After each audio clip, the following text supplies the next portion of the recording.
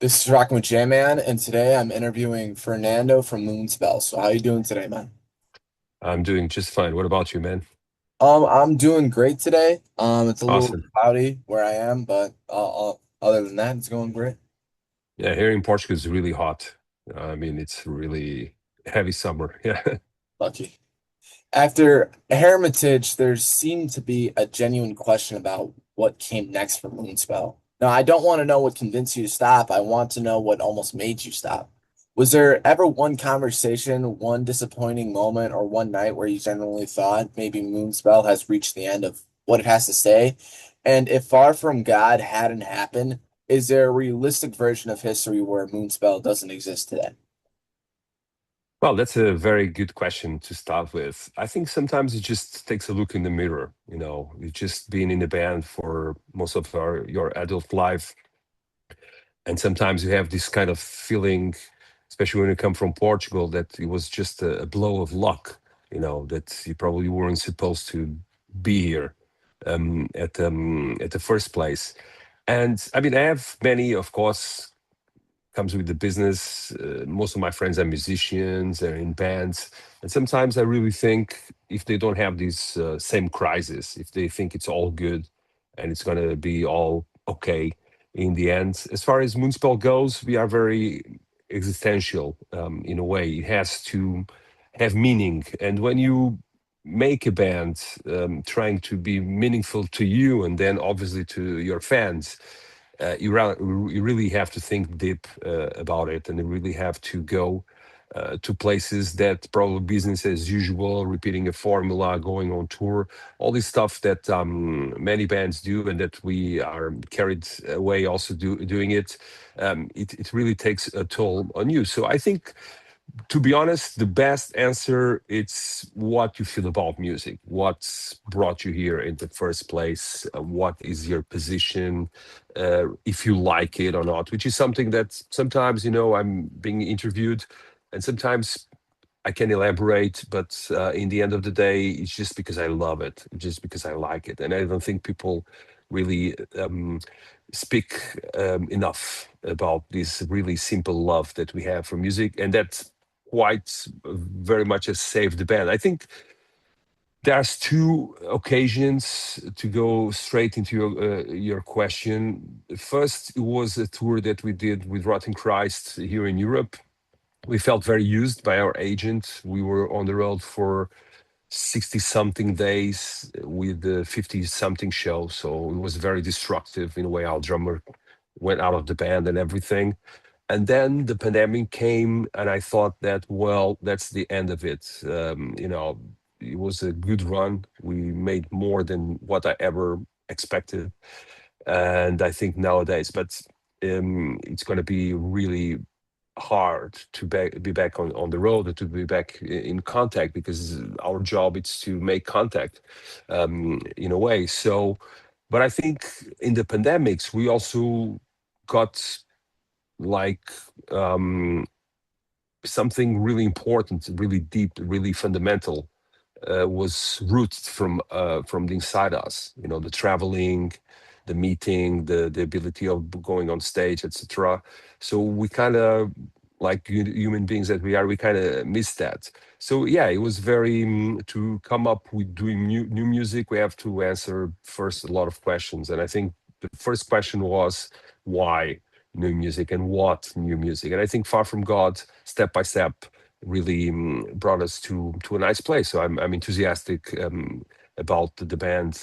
Again, I'm not the kind of band that is going away in a sabbatical year, or just that our music is not popular. So we just the kind of take a step back. We always been there, in the face of our crowd. So I think this is. I feel that it's quite natural for a band to doubt themselves. I see people are very sure of themselves, but I'm not like that at all. Now, there's naturally been discussion about Far From God reconnecting with parts of classic Moonspell. But forget what fans and critics thinks. If you could sit with a 99.6 version of yourself, what and play him this record, what would that young version of you be proud of? And more interestingly, what would he accuse you of just losing? Well, I would love my vocals more because I kind of hate my vocals in the 90s because, I was a very young kid. I recorded my first album. I was just 21. I wanted to do a little bit more than just shouting and growling. So I had my troubles over there. I went to singing lessons. I had to learn because I wasn't a born singer. I'm not really talented to sing. I mean, the early history of Moonspell shows that I just became the singer because I couldn't afford the drum kit and I couldn't play an instrument.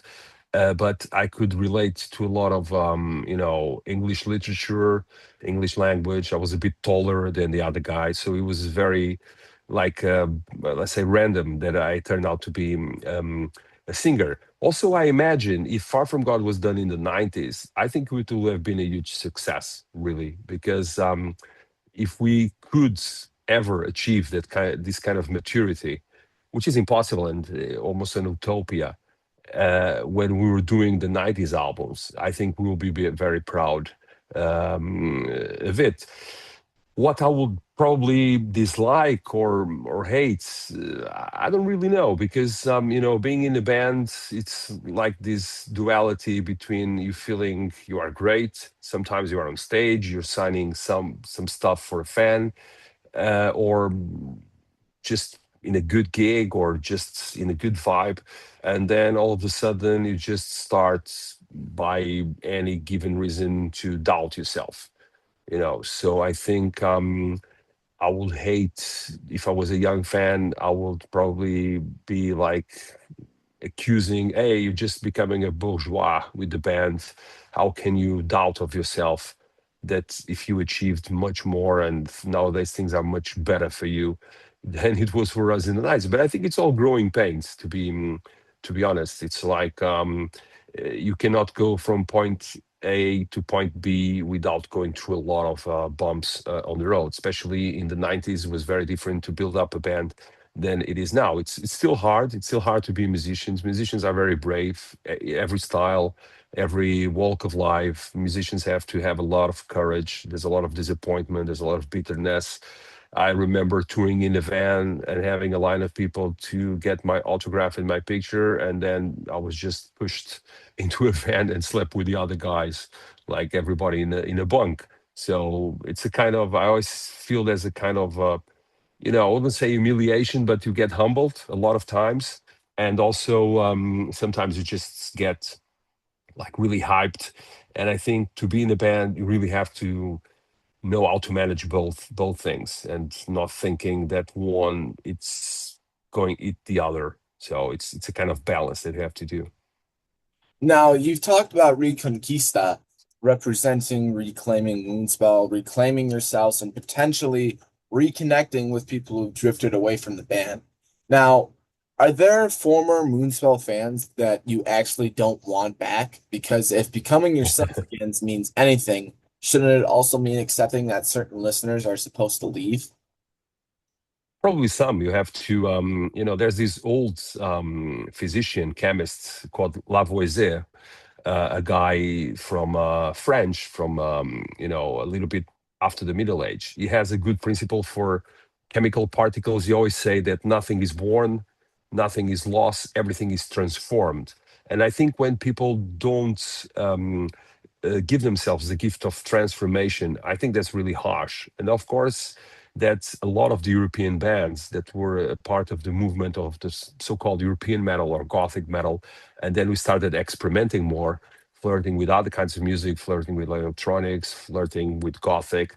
We got the heat from that fan. So I think there's fans that regretted it, and it's really funny because sometimes you just feel there is some poetic justice over there, like middle of the game albums like Butterfly Effect or Darkness and Hope from the late 90s, beginning of the 2000s. They used to get a lot of hate because of the importance of Wolfheart and Irreligious, and nowadays are the same people that sell out the vinyl reissues and that tell us, even sometimes they do the mea culpa, I've been wrong about it. I will. I mean, I was just in another vibe. We did a special edition a couple of years ago of Irreligious, the '96 album. It's turning 30 this year, but I think 10 years ago we did a special reissue on LP and CD. And I got Silenus from Dimo Borgir to write a liner note, and he was telling me, and it's very emblematic of what people said, like they were so involved in black metal of Norway, the division between true metal and not true metal, that they weren't allowed the freedom to enjoy albums such as Irreligious. And that's exactly what he wrote, that Irreligious, this album in particular, just allowed him to lift up a bit the blinders. But yeah, there are some fans that that I probably would want back. I could name a few. Some people just make it very personal. There's another band from Norway called Ulver, and they say it's just music. Don't be afraid. And I think they are right. Sometimes people consider this life or death question, but I'm a forgiving guy. I know that they actually do not miss, in particular, the music of Moonspell. They miss those times where they had longer hair, where they had flatter bellies, where they were young and restless and with lots of hope in the future. And nowadays, times are a bit probably darker, so they kind of just put everything in the same basket. So, they kind of lost their momentum over there, and sometimes they blame the bands. Yeah. Now, you have records fans have lived with for decades. At some point, Moonspell isn't competing against other bands anymore. You're kind of competing against people's memories of Moonspell. Can Wolfheart and Irreligious ever become a creative prison? And have you ever written something and thrown it away because you realize we're trying way too hard to sound like ourselves from 30 years ago?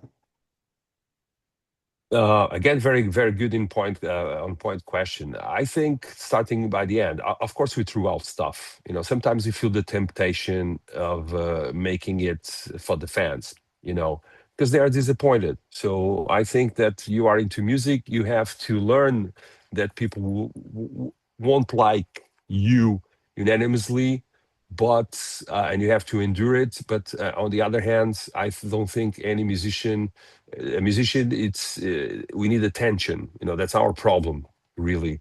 Sometimes you see all these really bizarre things in successful musicians that have depression or go as far as killing themselves. It's not. It's sometimes lack of attention, someone to talk to in a honest terms. So when it comes to music, sometimes we threw out myself or Pedro or Ricardo, our main songwritings, exactly like you said. We are trying too hard to sound like this, and it will sound fake. You will never know because sometimes, or most of the times, what you deliver to people are very different from you. We like to think that people that listen to Moonspell are like-minded, but sometimes you just go through their libraries of records and it's just like overwhelming, or you go through their battle fests and they can have us, which we are probably a not so extreme band, and they can have a very extreme band patch on themselves too. So people are always surprising you with our musical taste. About the past, you have to make peace with it, really. I was never into dwelling or glorifying the past. Up to when Moonspell was 30 years old back in 2022, honestly, I didn't understand, or I wasn't really into understanding what the legacy was. I think there was too much of a strong word for us. I think it was too much of a strong responsibility, but we did a small tour in Europe and we did some shows in the US, and we also did two special big shows here in Portugal where we played from stuff we wrote in 89, 90 up to stuff that we have written up to Hermitage 2022. And when I was on stage playing those songs and reliving those moments myself, I understood the legacy. I understood that music is about creating memories. And when you create memories, you have to be careful about it, because memories, for some people, it's everything we have. And I also learned that the band, it's not only the future of the band, the present. you can, you have to live it day by day. It's a working around the clock for a band such as Moonspell and many other bands. But you have to integrate the past without being obsessed about it. And I think one good thing that can be a painful thing, like we were talking a couple of questions ago, is that sometimes, or a lot of times, even from Far From God, people didn't know what to expect. It's a good sign that we are not trying to repeat our old formulas. It's just different times. I mean, we even recorded on tape back then. Today everything is digital. It's very bizarre, and it's very like almost a bit useless that people think that these old times will come back. That's why records are documents. If I wanted to listen to Paradise Lost, and if I'm in a mood to listen to their new great album Ascension, I just pick up Ascension. I can even go to Spotify and rock it out. If I wanted to listen to Gothic, I have the vinyl back there on a shelf. I can listen to it. I think that's the wonder of it. Music is like history. It's very well documented. Now, The Great Wolf in the Sky carries themes of people who've passed through Moonspell life. People who kind of like you could say left the pack and people who are no longer here. Something I've kind of wondered is, does death eventually rewrite the way you remember somebody? And if someone left your life under difficult circumstances, does losing them make that anger disappear? And can writing a song become a way of forgiving somebody when you'll never really get that chance to have that conversation? Well, death is simple and complex too. It's what makes us alive, and probably is what makes us enjoy. It's the fact that we are limited on time, and that most of the times death comes as a big surprise. Even if when you are sick and you are in a period of just dealing with it for years, even in that moment that a friend dies or a parent dies or someone close, someone relative dies, it still comes as a shock and as a surprise. Western civilization has always been thought by religion, by society, by politics, even to think death as a tragic thing. And having said that, we really have to make we have to mourn our dead, and we have to make peace with the fact that they left, and there will be an absence, a physical absence, that it's very scarcely compensated by art or music or songs, etc. It's just a way to look to the other side. We have two songs that are memorials to people that we know. One was a bonus song in an album from 2012, where my kid was born. One of my best friends died drowning in a boat accident. And I described his death and his passing away on a song called The Greater Darkness.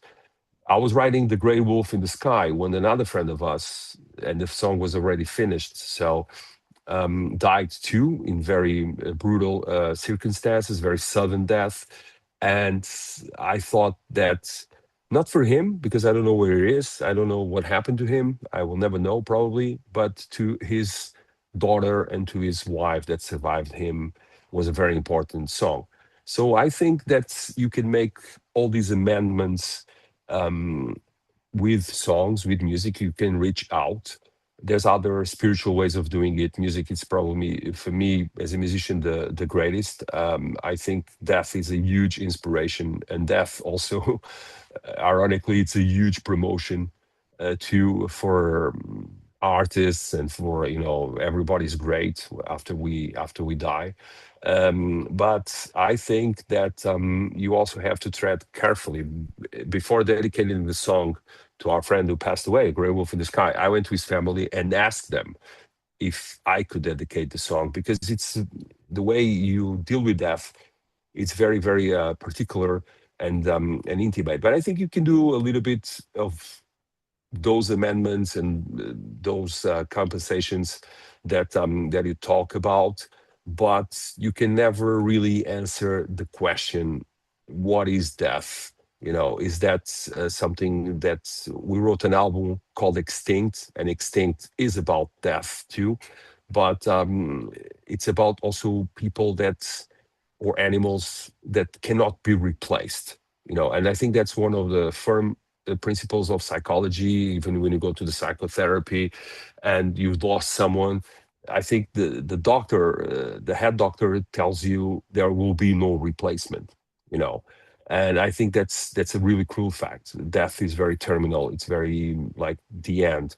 Everything else you do, it's ways of dealing with it, definitely. And especially when you are a musician, you have a very powerful tool to deal with these bitter, sad, tragic episodes that happen either in your life or in the life of people that you know and that you love. This last story with the Great Wolf in the Sky, because it's really started to be a song of people leaving the pack. Because for me, like Moonspell had very few lineup changes, but every time we lost a member, for the band to go on. Every time we cut the branch of the tree, so the tree could not, could live without being poisoned. Let's call it this way. For me, it's always a personal failure, you know, because something came in the way. Our egos came in the way. Our shortcomings come in the way. And it's the same about losing a fan. Something came in the way, but that's life too, and that's not death. That's life. Something will come in the way, and then the best thing you can do is try to deal with it, but to think that you will deal with it completely, it's a big illusion, I think. Now, Moonspell has always made darkness beautiful. Death can be romantic, vampires can become seductive, and tragedy becomes poetry. But then eventually, real life gives you an actual taste of death and actual grief and actual loss. Now, has real life ever become dark enough that you would stop enjoying darkness as an art? And was there ever a period when death stopped being something interesting to write about because suddenly it's not poetic? I think nowadays, when you get older and when you age, I wouldn't say on a daily basis, but when you connect to the world as it is now, I come from philosophy. That's what I studied in university. And even when philosophy got too dark and thought got too dark, there was a beacon of hope all the time, that society would improve, that people would improve. And nowadays, it's very hard to cling to that. And I think that's the biggest issue right now to write dark lyrics. It's that you don't really need. It's an option. It's an aesthetic option. You don't really need to go to the poets or to go to the philosophers or to go to the tragic love stories of Shakespeare or Emily Bronte or Wuthering Whites and so, to write about this. So in Moonspell, we always mixed a little bit. For instance, we have a song from '96 called Ruin and Misery, which is about a couple in Portugal that they loved themselves so much, but they were so young that their parents didn't want them together. So they hanged themselves together in a love ritual, love and death ritual. So there was a tragic history of something like Romeo and Juliet, but of modern times and outside the pages of a book. All these songs we just talked about in the previous question are always it's reality stinging to. So we cannot be naive enough to say that we can block one darkness from the other. Because if you read the Bram Stoker book, and if you want to go deeper into it, just um, you will see that there is more to Dracula than just a simply beast on a bloody vengeance. He was a man. He was minding his own business in his kingdom. He got betrayed by his peers. His love of his life got killed. So he reacted. He had a reactive response. He did something that you can see in tragic histories in the Greek antiquity, that you can see in a modern movie, action movie, or some guy that just someone killed his family and it just goes and bangs them out of life. So I think this revenge, this pulse of making things right, of making justice, is also something very, very dark and very important. So darkness can be, like you say, a beautiful subject, but I think in Moonspell it's always been tainted by reality here and there. And nowadays, as I'm not 20 or 30 or 40 anymore, I'm going to be 52 in a couple of days. I think nowadays I have more cracks from reality than from fiction that allow me to write albums. I have more scars now than what I have in the 21 when I was 21 in 94, 95.